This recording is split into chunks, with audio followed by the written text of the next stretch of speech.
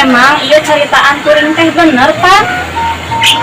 Dan lain si Asti aing tengah benerkeun eta kana tuduhan maneh. Naon maksud Kang Wira nembe jeung dek ngalakukeun tindakan ka pamajikan kuring? Kuring kena rima seutik oge. Lamun nya maneh teu narima, geus urang adu jajaten jeung aing. Dan lain saja mah ayeuna mah ku aing didagoan di pakarangan imah. Ayo Samas. Bawa budak ka imah Aki Wikarta jalan tukang bari caritakeun sakabehna ka Aki Wikarta bisi akang teu bisa nungkulan diragati jeung anu sajena. Yang baik salaki hidup geus boga bekal meureun bekal ilmu di Aki Wiranta balad kuring geun Gede kawani oge gini maneh jama. Hampura Kang, sabenerna kuring teu miharep bayana kieu teh.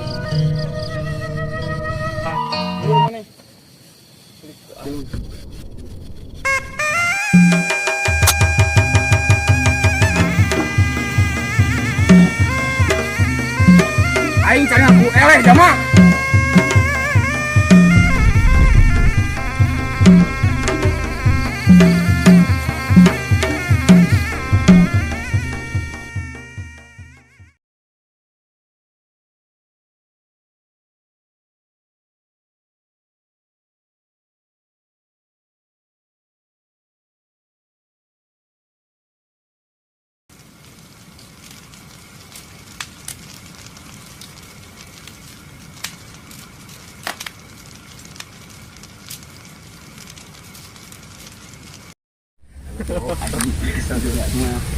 Rasakan si jama.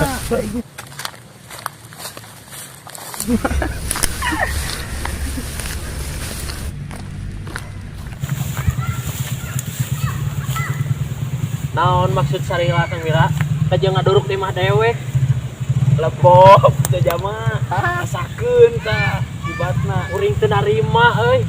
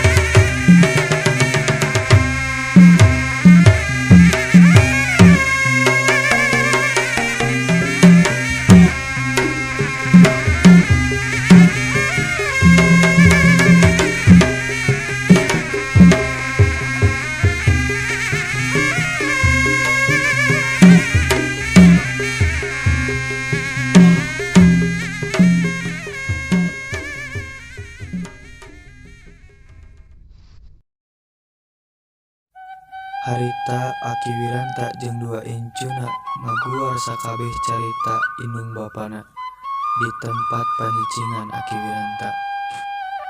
Saenggeusna Aki Wiranta ngaguarkeun sakabehna ngeunaan inung Bapa Sanjaya jeung Marwan. Harita Sanjaya jeung Marwan ngaraluk tungkul bari rembay Cipanon meh meuhan teu percaya kana eta guaran tinu jadi akina. Marwan, tah gitu caritana teh. Terus di mana atuh Aki? Inung bapak kuring teh ayana kuring yang pagi Aki. Pejakeun di mana inung bapak kuring teh? Nuhun. Itu inung bapak teh ayana.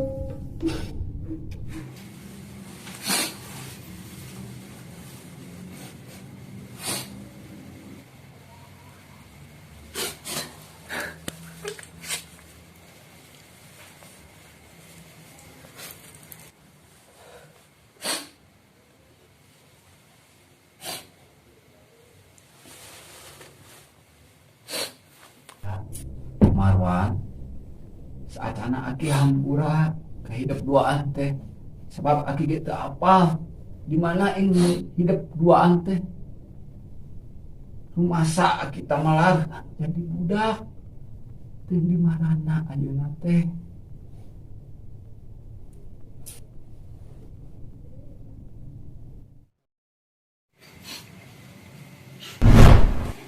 Terus kedah kumaha laki abdi sareng Marwan neangeun anu jeung inung bapak teh.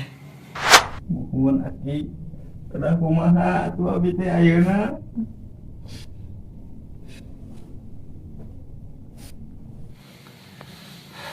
Aya ari laratan ngeunaan inung bapak hidup duaan mah. Nyeta jama anu jadi bapak jeung Asti anu jadi inung. Cuk teangan nu ngaranna Aki Wikarta. Sugan atuh Aki Wikarta mah apaleun di marana inung hidup duaan teh. Di mana Aki eta Aki Wikarta teh ayana? Wikarta teh ayana di lembur dayeuh nyingkur. Teangan sabab sakabeh pangeusi eta lembur moal aya untuk apaleun ka eta Wikarta. Sabab sasat manehna ngabogaan hiji paguron. Anu ceuk ngeunaan beja mah ayeuna manehna teh geus tara ka mana-mana teu ciga baheula keur jeung Aki.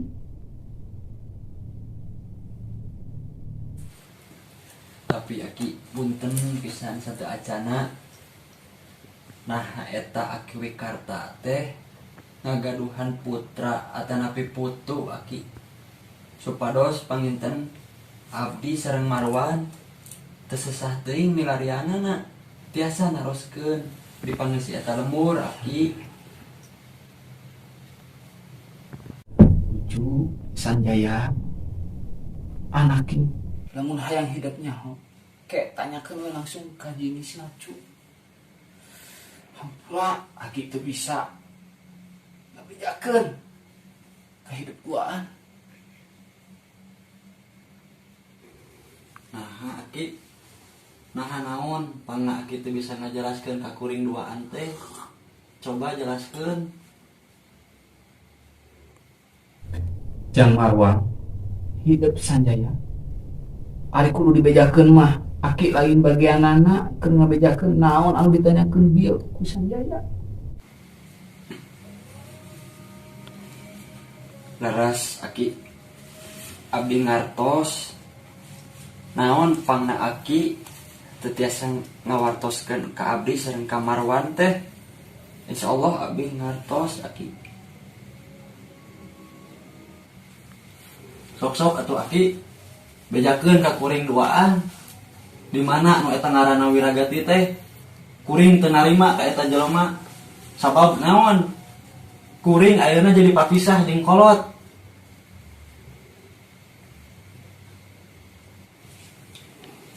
Sabar ai teu kedah dibarung ku nafsu kitu. Awon ai Sabar we.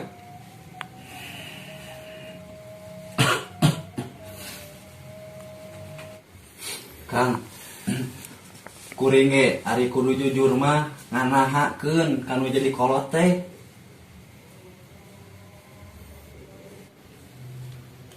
Nah, naon maksud aya teh? Nganahakeun naon?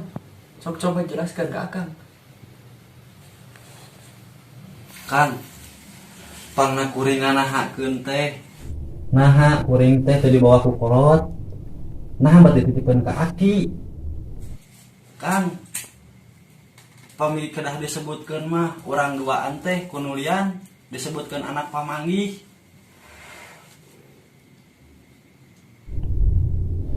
Ai Marwan, meureun kolot urang duaan teh nitipkeun kanu janten Aki teh sanes nitipkeun anu tanpa resana. Ai meureun kolot urang teh sok inggis aya imbasna ka urang duaan teh. Pan tadi aya oge tos terang guaran ti Aki yen kolot urang teh sok inggis ka urang teh jadi calgeka. Meureunnan ari kanggo Akang pribadi mah naon eta hinaan teh ku Akang mah dijantenkeun ripuh janten sipuh, perih janten perah. Tah kitu paminten ari kanggo Akang pribadi mah aji. Bener Jaya. Tah gitu Aki mah atoh kumaha danguna oge.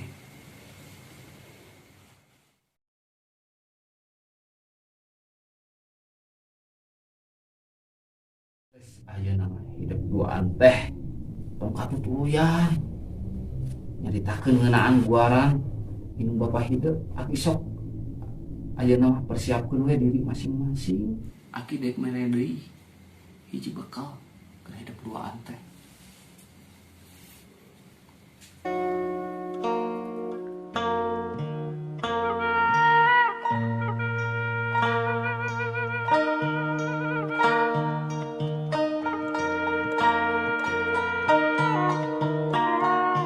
Ting harita Sanjaya jeung Marwan keur ngaharuleung mikiran naon guaran Akina anu tadi. Tuluy Marwan cumarita ka Sanjaya.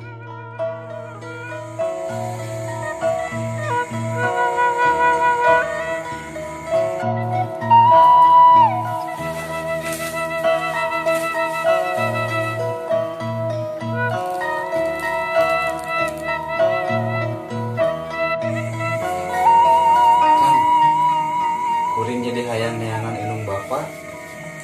Kuring jadi penasaran saatosna tadi kuguaran Aki.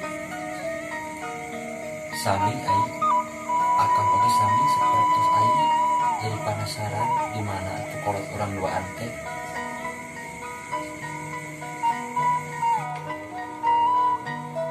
Geus ai lamun kahayang ai kitu mah mending urang tepungan Aki urang ngarah sugan diwidian kudu janten Aki urang minta milarian inung sareng bapak kumaha ai. Ayo atuh Kang. Duanana pada nyalampurkeun Akina anu keur cicing. Tuluy duanana nyarita ka Akina ngeunaan karep jeung pamaksudan maranehanana dua. Nuju naon Aki? Nah, kieu. Kadina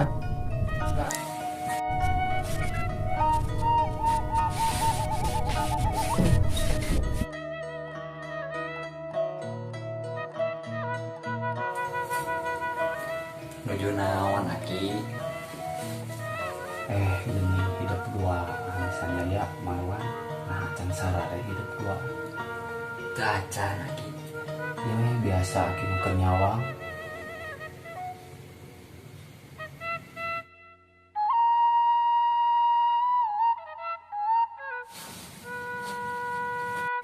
Naon Marwan?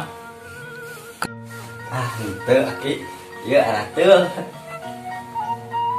Naon kureumit Marwan? Nuhun Aki panginten. Dia atuh diukna.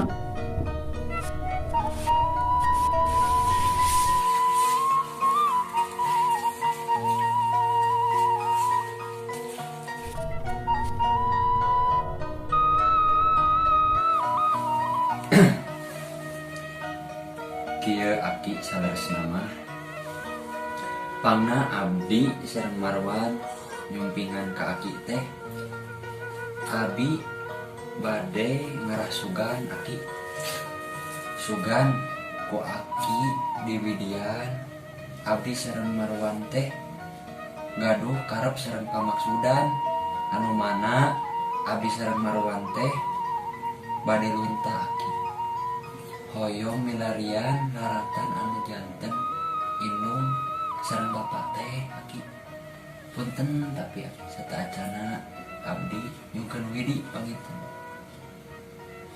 Nah maksudna kumaha?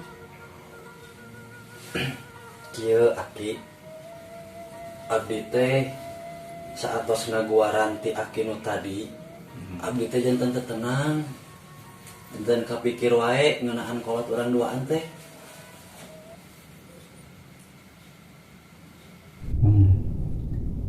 Kumaha kumaha sok jelaskeun ku salah sahiji atuh.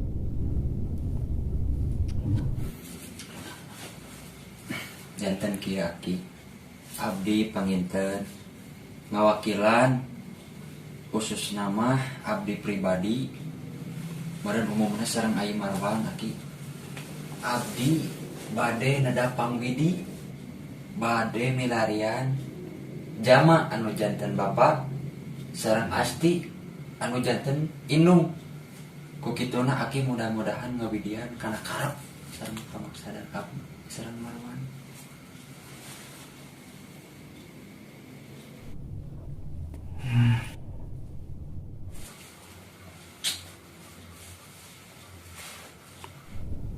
Naon anu dieu ku hidup duaan dipedarkeun ka Aki. Aki ngarti. Yang Aki ku ayeuna mah geus teu bisa nyare ka hidup duaan. Sebab naon? Geus waktuna hidup duaan teh. Lumampah neangan kolot hidup duaan. Dah ucuk kasep. Incu Aki gerak miang gerak teangan laratan anu jadi kolot teh.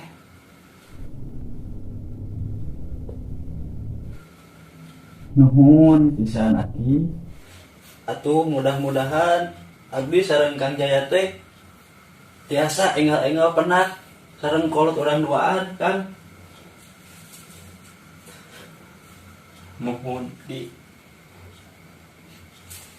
itu ku kituna abdi sareng Marwan teh ari atos kengeng Kang Widi tinu janten Aki mah regreg sareng reueus kana hatena oge Aki. Mudah-mudahan sareng Marwan cing enggal-enggal pernah sareng ibu sareng bapak.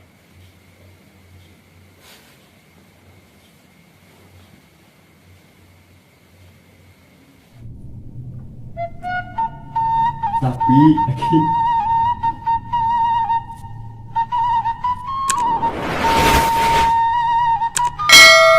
Tapi naon Jaya?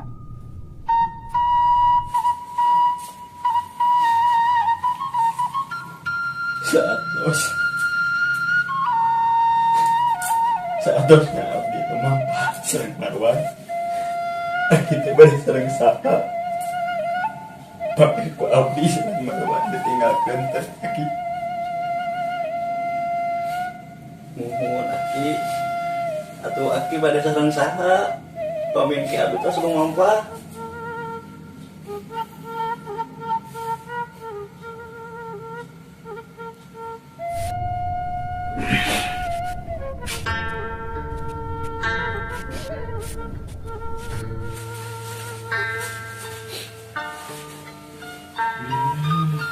Jaya Marwan incu Aki.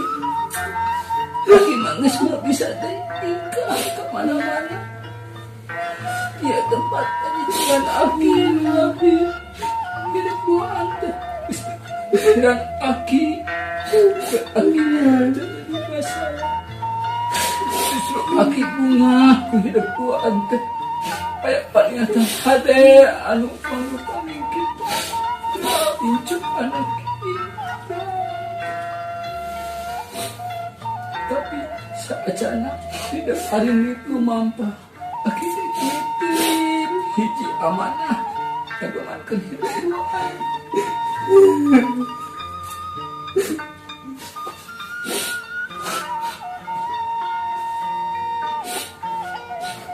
Amanah naon Aki?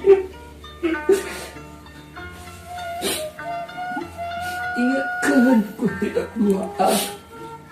Ya amanah teh lain mangrupa hiji barang atawa cecetaan.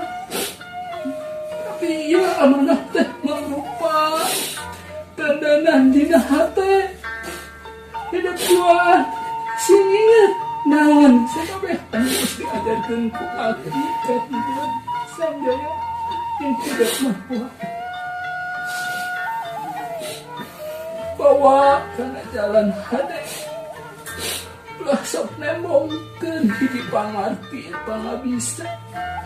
Kudu daek tulung keur butuhna lalaki susahna. Udangkeun kanu labuhna jahit kanu piteuh. Nyangan kanu poetna bisa silih asih. Silih asuh yang silih wawangianan.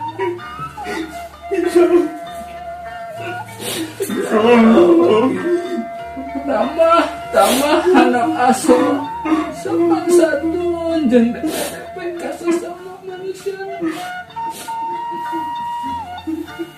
Ka sakabeh makhluk Allah nah tah sakitu Aki keun hiji amanah ka hidup duaan.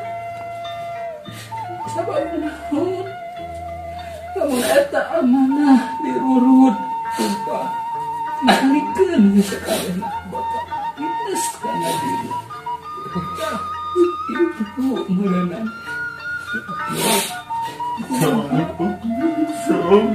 Hati merenya. Iya betul. Insyaallah.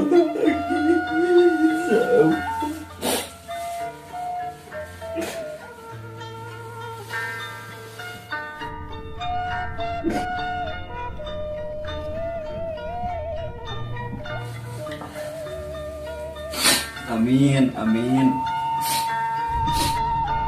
Mudah-mudahan abdi sareng Kang Jaya teh aya dina kariluan Allah. Didoakeun ku Aki cing tereh panggih hidup duaan jeung jadi konon. Sanesna panggih bedakeun Aki minta hampura masa Aki tengkarkeun jadi anak. Kena bawa balik buat maraneh teh. Aki yang bebarengan kumpul di waktu bareng ayeuna. Sampai ninggalkeun ieu alam dunia teh. Insyaallah. Insyaallah aku doakeun abdi sareng penak atuh Adi. Abdi sareng mak teh ribu nuhun. Abdi diurus dihaleuti. Tadi kasageung kitu Aki kenal pamrih. Wakilan Bapak sering itu minta ampunan Aki.